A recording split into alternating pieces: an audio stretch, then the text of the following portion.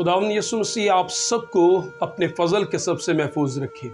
आज खुदावंद के पाक और मुक़द्दस कलाम में से एक तल्ख़ हकीकत पर हम गौर करने को हैं कि जब खुदावंद ईमानदारों को खड़ा करता है ताकि वो खुदावंद के कलाम की खिदमत करें, तो किस तरह चारों तरफ से कभी कभी उन पर जुल्म और तशद्दुद और जबर उनसे किया जाता है, ईमानदारों को रुसवा किया जाता है और उन्हें बेआबरू किया जाता है।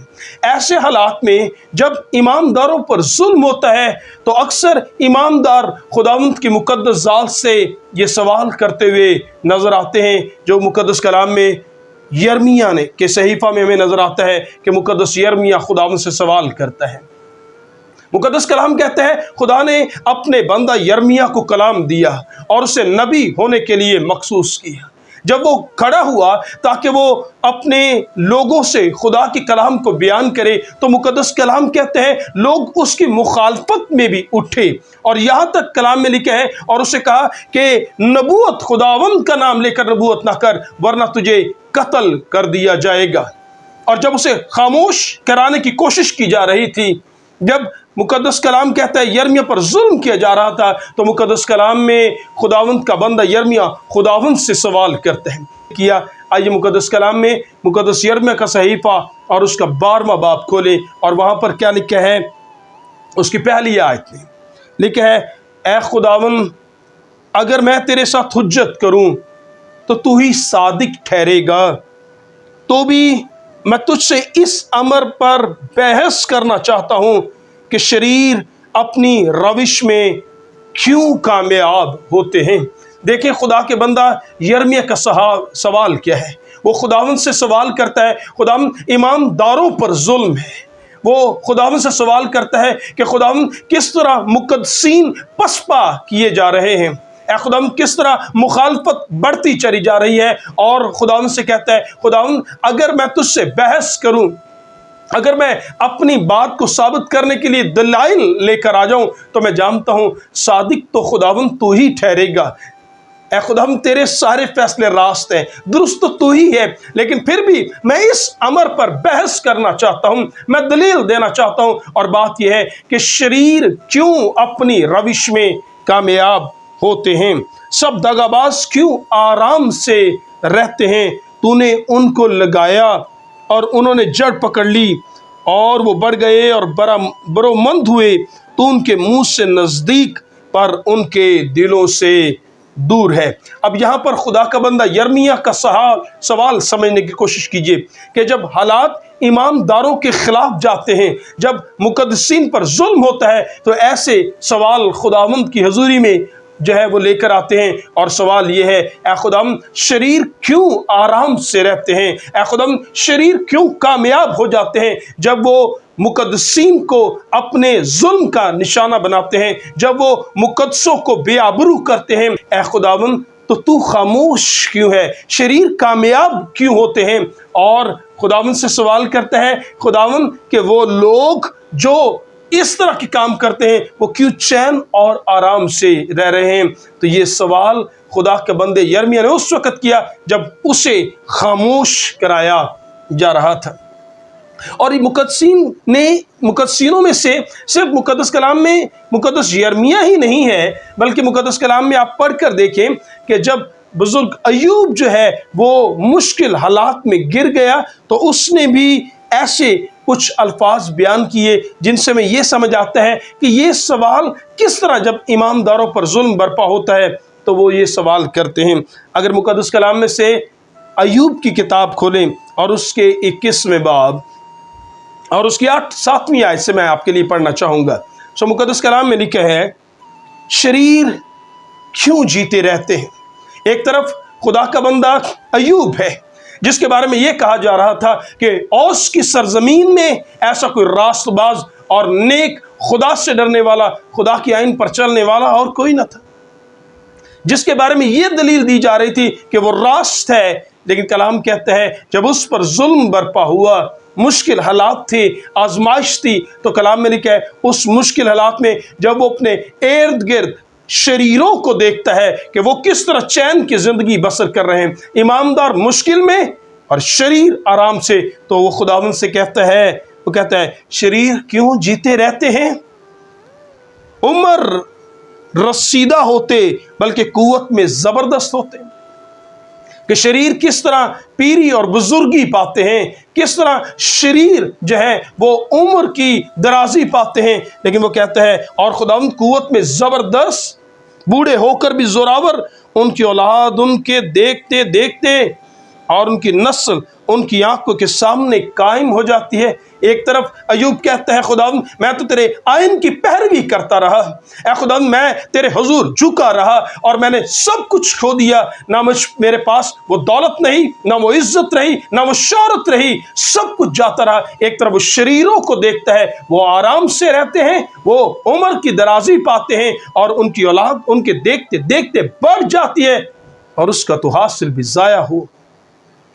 کلام میں لکھا ہے وہ خداوند سے کہتا ہے ان کے گھر ڈر سے محفوظ ہیں، شریروں کے گھر ڈر سے محفوظ ہیں اور خدا کی چھڑی ان پر نہیں۔ لکھا ہے ان کا سانڈ باردار کرتا ہے اور چوکتا نہیں، اور لکھا ہے ان کی گائے بیاتی ہے اور اپنا بچہ نہیں گراتی۔ کیسے ان کے جانور بھی فراوانی پا رہے ہیں، کیسے وہ خود عمر رسیدہ ہوتے ہیں، قوت میں زوراور ہوتے ہیں، کیسے ان کی اولاد بڑھتی ہے، کیسے ان کے جانور جو ہے وہ بڑھتے ہیں۔ اور آگے کہتا ہے وہ اپنے چھوٹے چھوٹے بچوں کو ریوڑ کی طرح باہر بیچتے ہیں، ان کی اولاد ناچتی ہے، وہ خنجری اور ستار کے تال پر گاتے اور بانسری کی آواز سے خوش ہوتے ہیں۔ جب شریر جو ہے اس طرح کی شادمانی، ایماندار پسپا اور شریر گاتے اور بجاتے ہیں، وہ اپنی آواز کو بلند کرتے اور مغروری اور غرور اور تکبر میں جو ہے گفتگو کرتے ہیں، تو کلام کہتا ہے ایماندار تو سوال کرتے ہیں خداوند ایسا کیوں ہے؟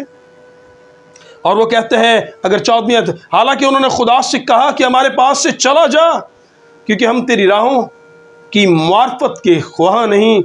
قادر مطلق کیا ہے کہ ہم اس کی عبادت کریں، اور اگر ہم اس سے دعا کریں تو ہمیں کچھ فائدہ، دعا کریں تو ہمیں کیا فائدہ ہوگا؟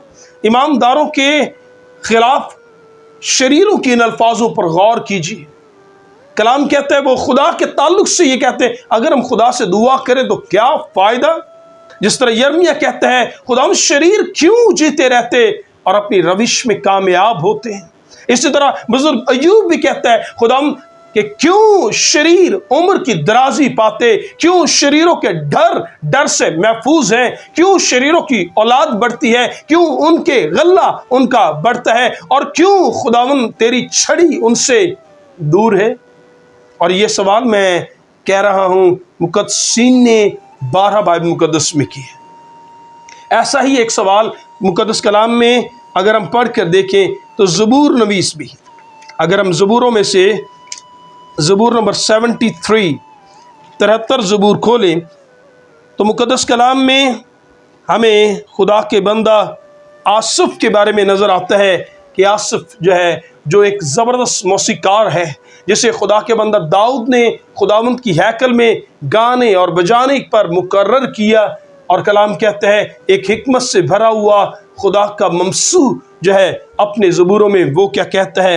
اگر ہم زبور 73 پڑھیں اور اس کی 3 آیت تو سنیے گا، لکھا ہے کیونکہ جب میں شریروں کی اقبال مندی دیکھتا تو مغروروں پر حسد کرتا۔ شریروں کی اقبال مندی، یاد رہے ایماندار کس طرح پسپا ہو رہے ہیں اور شریر کس طرح بلند ہو رہے ہیں، اور مقدس کلام کہتے ہیں اس لیے ان کی موت میں جان کنی نہیں بلکہ ان کی قوت بنی رہتی ہے، وہ مرتے دم تک قوت میں قائم رہتے اور جب مرتے ہیں تو پل بھر میں چلے جاتے اور کسی دکھ اور اذیت کو نہیں پاتے۔ آگے لکھا ہے وہ اور آدمی کی طرح مصیبت میں نہیں پڑتے اور نہ اور لوگوں کی طرح ان پر آفت آتی ہے، اس لیے غرور ان کے گلے کا ہار ہے۔ اس لیے وہ یہ آواز بلند کرتے ہیں کہ خدا کہاں ہے، اس لیے وہ آواز بلند کرتے ہیں کہ ایماندار کیا ہے، اس لیے وہ آواز بلند کرتے ہیں خدا کا کلام کیا ہے، اور خدا کے لوگوں پر کس طرح شریر تانے और आवाज़ें कसते हैं। और मुक़द्दस कलाम कहता है खुदावंद गुरूर उनके गले का हार है और गोया वो जुल्म से मुलव्वस हैं, उनकी आंखें चर्बी से उभरी हुई हैं और उनके दिल के ख्यालात हद से बढ़ गए। और लिखा है वो ठट्ठा मारते और शरारत से और जुल्म से बातें करते हैं, वो बड़ा बोल बोलते और उनके मुंह आसमान पर हैं और उनकी ज़ुबानें ज़मीन की सैर करती हैं। वो कहते हैं खुदा को कैसे मालूम और हक ताला को कुछ इल्म नहीं। इन शरीरों को देखो, ये सदा चैन से रहते हुए दौलत बढ़ाते हैं। यकीनन मैंने अब अपने दिल को साफ किया और अपने हाथों को पाक किया। खुदा का बंदा किस तरह सवाल करता है, खुदा उनसे कहता है खुदा शरीर कामयाब हो रहे हैं, शरीर उम्र की दराजी पा रहे हैं। आसिफ कहते हैं खुदावन वो आफत से महफूज हैं। आसिफ कहते हैं खुदावन उनकी कुव्वत बनी हुई है। और आसिफ ये कहते हैं खुदावन वो गुरूर और गुमंड से बातें कर रहे हैं। और खुदावन का मुक़द्दस कलाम कहते हैं 16वीं आयत में कहता है जब मैं सोचने लगा कि इसे कैसे समझूं, आसिफ कहता है खुदावन मैं जानना चाहता था मैं कैसे इस बात को समझूं कि एक तरफ रास्त है, एक तरफ नारास्त है। रास्त दुख पाते हैं, नारास्त सुख है। नारास्त जो है वो शादमान हैं, वो नाराज जो हैं वो किस तरह कुव्वत में बने हुए हैं। लेकिन वो जो ईमानदार हैं खुदाम किस तरह तकलीफ़ पा रहे हैं, किस तरह दुख पा रहे हैं। तो कहता है खुदाम ये मेरे लिए दुश्वार था कि मैं इसे कैसे समझूं। तो आगे लिखा है मैं सोचने लगा कि इसे कैसे समझूं क्योंकि ये मेरी नज़र में दुश्वार था। जब तक मैंने खुदा के मक़दस में जाकर उनके इंजाम को ना सोचा।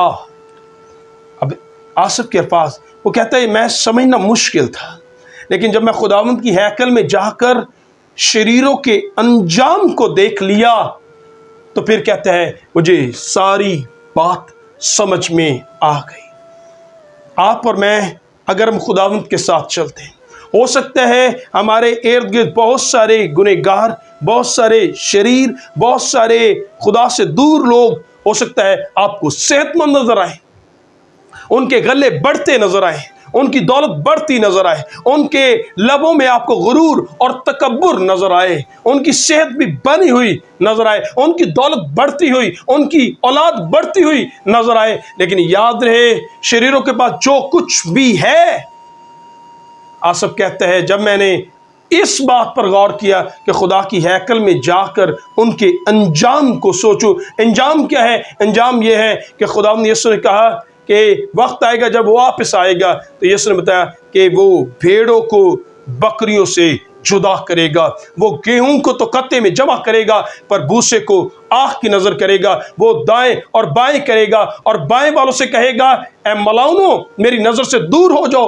क्योंकि मैं तुमको नहीं जानता। याद रहे दो ग्रुप्स होने वाले हैं, एक ईमानदारों का, एक गुनहगारों का। और वो लोग जो खुदा से प्यार करते हैं, चाहे इस दुनिया में रहते हुए उनके पास इज्जत ना रहे, चाहे इस दुनिया में रहते हुए उनके पास शोहरत ना रहे, चाहे इस दुनिया में रहते हुए उनके पास जो है वो सेहत ना रहे, शायद उनके पास बड़ा मकाम और मर्तबा ना रहे, शायद उनका सब कुछ जाता रहे, लेकिन सच ये है एक वक्त आएगा जब उन्हें सब कुछ मिलेगा और शरीरों की ये सारी शान और शौकत आर्जी है और वक्त आएगा वो ख़त्म होगी।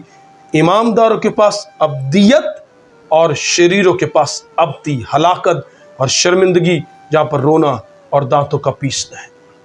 काश आप और मैं समझ जाएं कि वक्त आने वाला है और हमें जानना है, सीखना है कि खुदावन भेड़ों को बकरियों से जुदा करेगा। आप और मैं अगर खुदा से प्यार करते हैं, परेशान होने की ज़रूरत नहीं, मुश्किल हालात से घबराने की ज़रूरत नहीं, दूसरों की खुशहाली को देखकर परेशान जो शरीर है परेशान होने की ज़रूरत नहीं, क्योंकि ये सब दुनिया में चीज़ें आर्जी हैं। आसिफ ने कहा जब तक मैंने उनके अंजाम को न देखा, शरीरों का अंजाम हलाकत और मौत है। काश आप और मैं ईमान पर कायम रहें, जान देने तक वफादार रहें, तो खुदावंद हमें ज़िंदगी का ताज देगा। खुदावंद आप सबके साथ हो। आमीन।